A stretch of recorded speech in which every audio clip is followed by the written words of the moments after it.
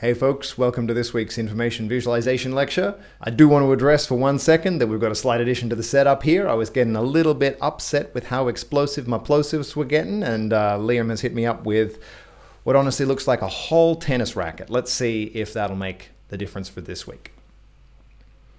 So some people have noticed that I tend towards the macabre, the real, the depressing when it comes to statistics and visualization in the world. So I thought I'd take a little bit of a trip down things slightly more pleasant this time around and talk about some of the ways that Datavis, the data in general, have been used as a force for good in the world we find ourselves in. Food is one of, if not the, most ridiculously complicated parts of the modern world.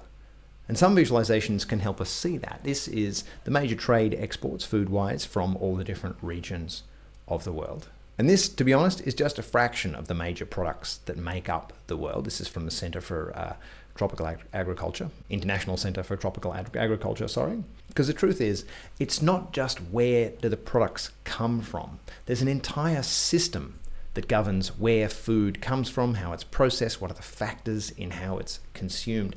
And it's taking that systems approach, starting to look, as you can see here from this work done by some academics, Van Berkem, Dengerink, and Rubin, that there are drivers of change in the world of food. Then there's all the different activities that go on inside food generation itself, environment, the agriculture, storage, transport, processing, retail, consumption, business, consumers, everything involved in how food is used, where it comes from, how it gets available to people, and then all the environmental drivers that feed into that, everything from minerals through to biodiversity, land, soils.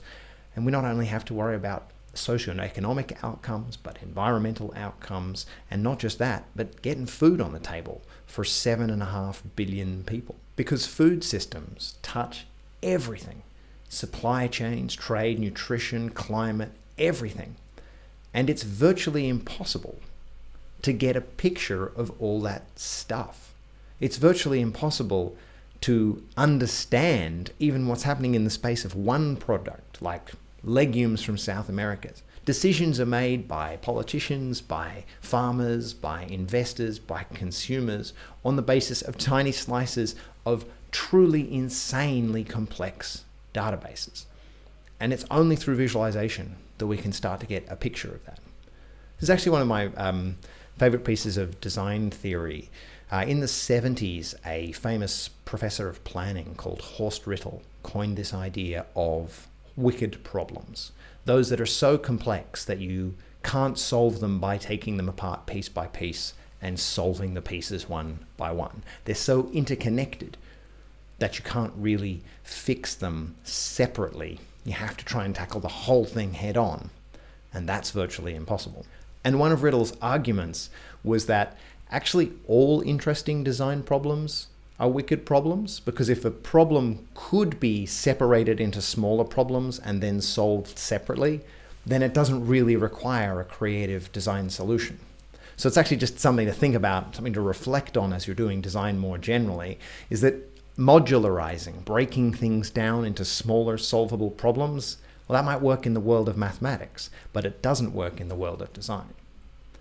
However, when faced with these ridiculously complicated problems, visualizing systems, all the pieces that go together, and starting to say, what happens if we look at it from this angle, can we look at just the inputs and outputs to this part of the process?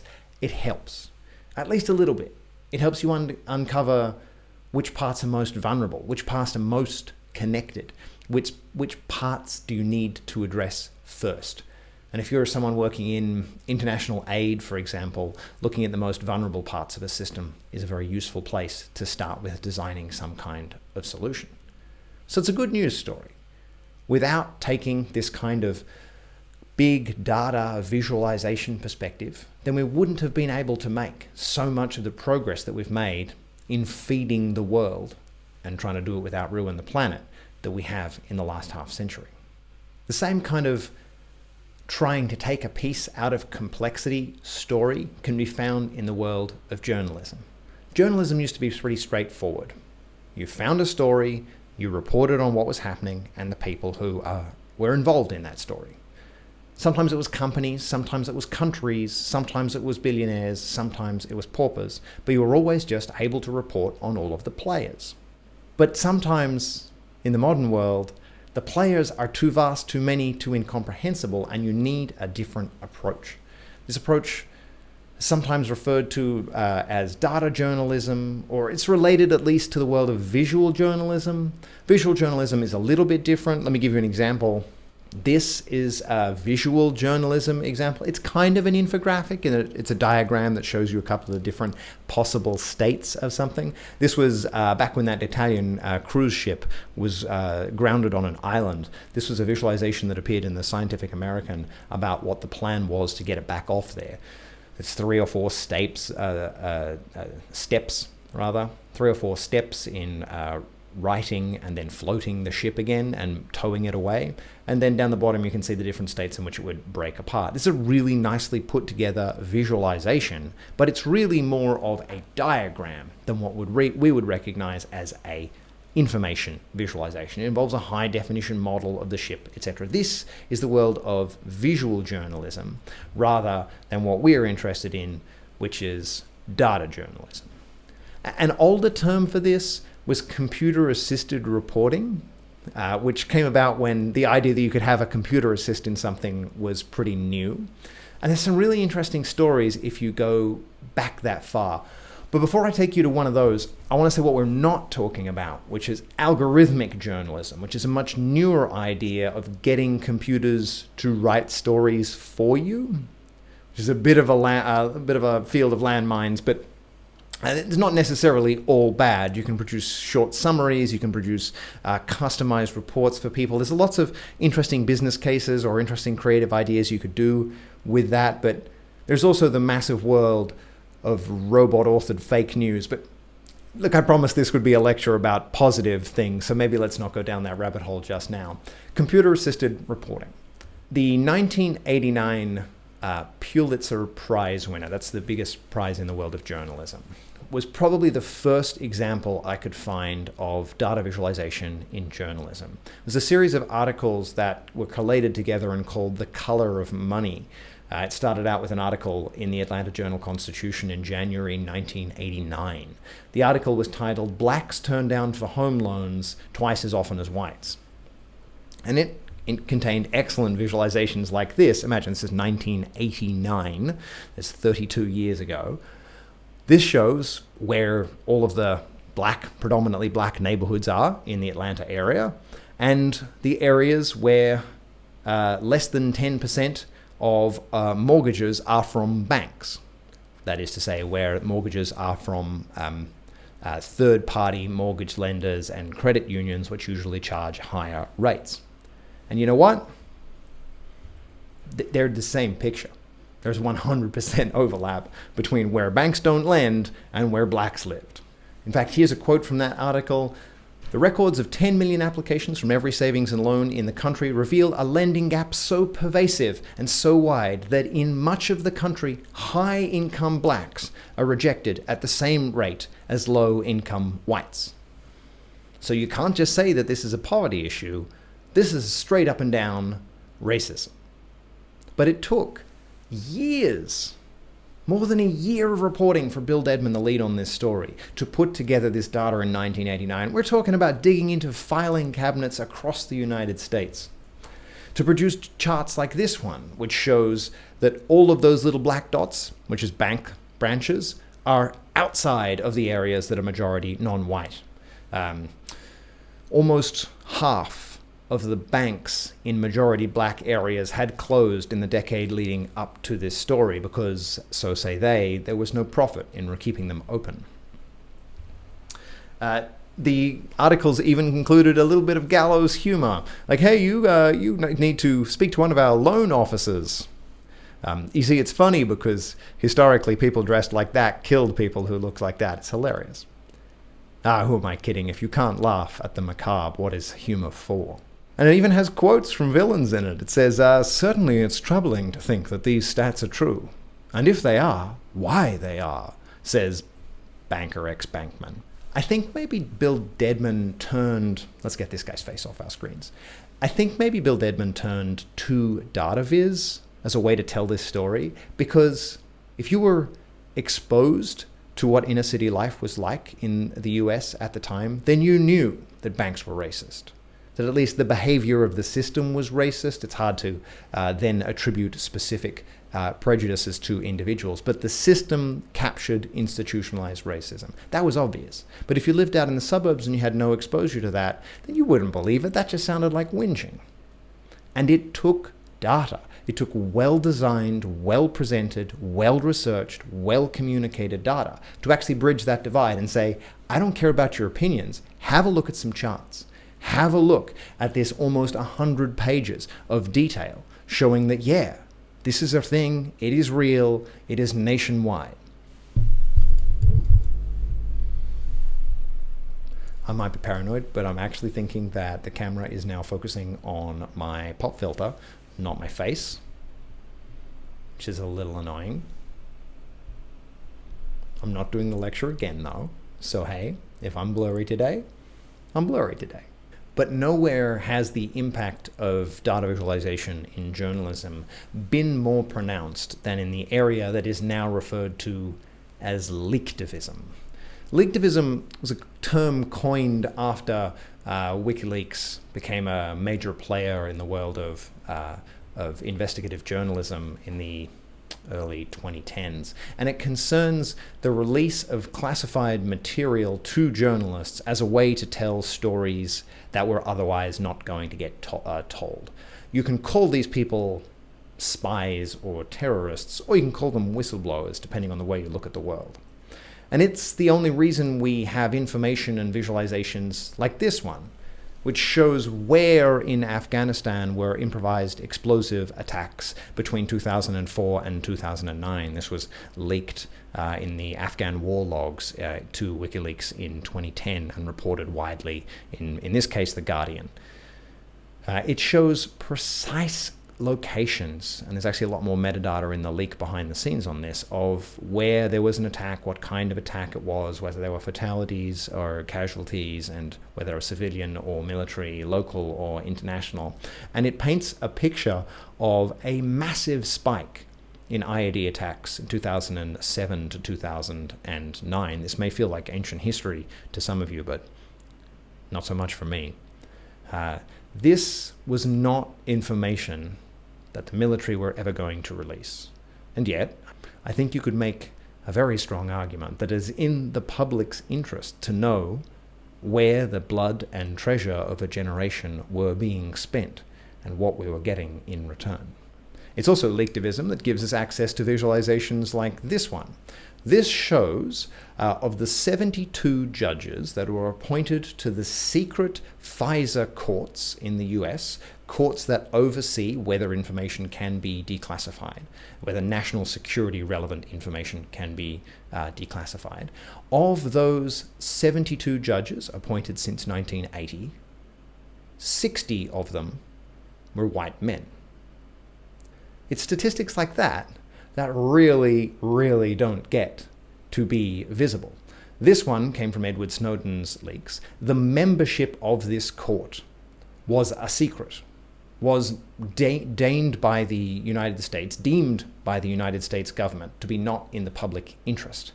Isn't it useful to know, as a civilian, the makeup of the court that decides whether military secrets are in the public interest? Well, the answer to that question belies your personal politics as much as it belies whether there is any objective truth to the statement that this is in the public interest. But we're not here to discuss politics as much as mine tends to leak out. We're here to discuss how these things are communicated. It is intensely compelling to look at the red lines on this chart and to think, not just those are the males, but those are the white male judges, and to wonder what the bias imposed upon the court might then be. There's a specific kind of Leaktivism that I think is particularly relevant here just because of its innate complexity. And that's this idea of the leaks of offshore tax and investment data. So this got a lot of attention in the last decade, starting with the 2013 offshore leaks, which was data on 130,000 bank accounts in traditional tax havens around the world. And then the 2016 Panama Papers, which the officials of Panama complained about that naming. It's just because Panama happened to be a place that a lot of the world's ultra-rich tended to keep their money to avoid paying tax on it. And then the follow-up in 2017 with the Paradise Papers that again included phenomenal amounts of data, documents on investments and relationships between entities around the world. So many so that in fact here is a visualization of the countries around the world that were listed in the Panama Papers. It's, as you can see, much easier to list the countries in which officials were not named in these papers. It is a who's who of the global elite. Tech billionaires are in there, oil billionaires are in there, presidents of nations, autocratic and democratic, around the world are in there. The US secretaries of state and commerce are in there. Vladimir Putin's in there. A member of Xi Jinping's family is in there. Even Queen Elizabeth II is in there. These are papers describing how the ultra-wealthy of the world, regardless of nation, regardless of religion, regardless of creed, regardless of east versus west, north versus south, the only defining feature is whether you belong to the ultra-wealthy or not. And this stuff is just phenomenally complex. Tens of millions of documents, each deliberately engineered to be virtually impossible for the lawyers of the tax agencies of the world to decode. These things are obtuse by design. And yet, after these leaks, hundreds of journalists banded together around the world to try to make sense of them. And they did it by using visualization. They did it by using graph visualization in this particular instance. If you want to untangle how a very, very complicated web of money relates, you need to use visualizations like this one. We'll talk a bit more about network visualizations in an upcoming lecture.